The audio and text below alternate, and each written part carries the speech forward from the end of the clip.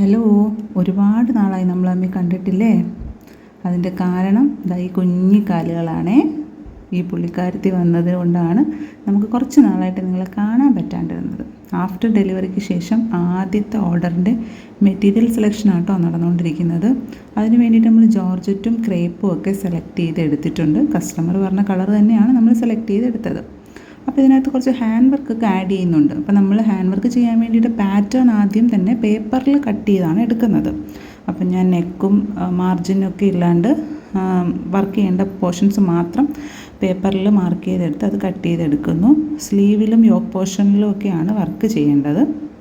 അപ്പം ഇങ്ങനെ നമ്മൾ പാറ്റേൺ കട്ട് ചെയ്തെടുക്കുന്നതിൻ്റെ ഗുണം എന്താണെന്ന് വെച്ചാൽ വർക്ക് കുറച്ചും കൂടെ നമുക്ക് നന്നായിട്ട് ചെയ്തെടുക്കാൻ പറ്റും.